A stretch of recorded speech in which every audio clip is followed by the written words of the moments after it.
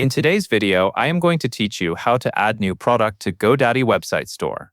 To begin, go to your main Godaddy dashboard and look over to the left-hand sidebar menu. This is where you will find the main settings and tools for managing your website and store. In that sidebar, find the Commerce section and expand it. Once the menu opens, click on Products. This will take you to the area where all of your store items are managed.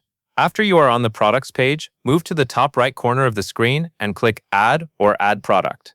Godaddy may show this as a button or a menu option depending on the layout you see, but the goal is the same.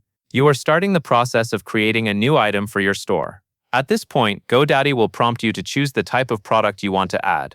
You will usually see two options here: physical and digital. Choose physical if you are selling something that will be shipped or handed to a customer, such as clothing, mugs, accessories, or other tangible goods.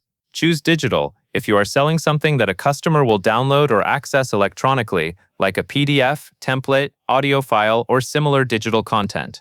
Make sure you select the option that matches what you are selling, because this affects how the product is delivered and managed in your store.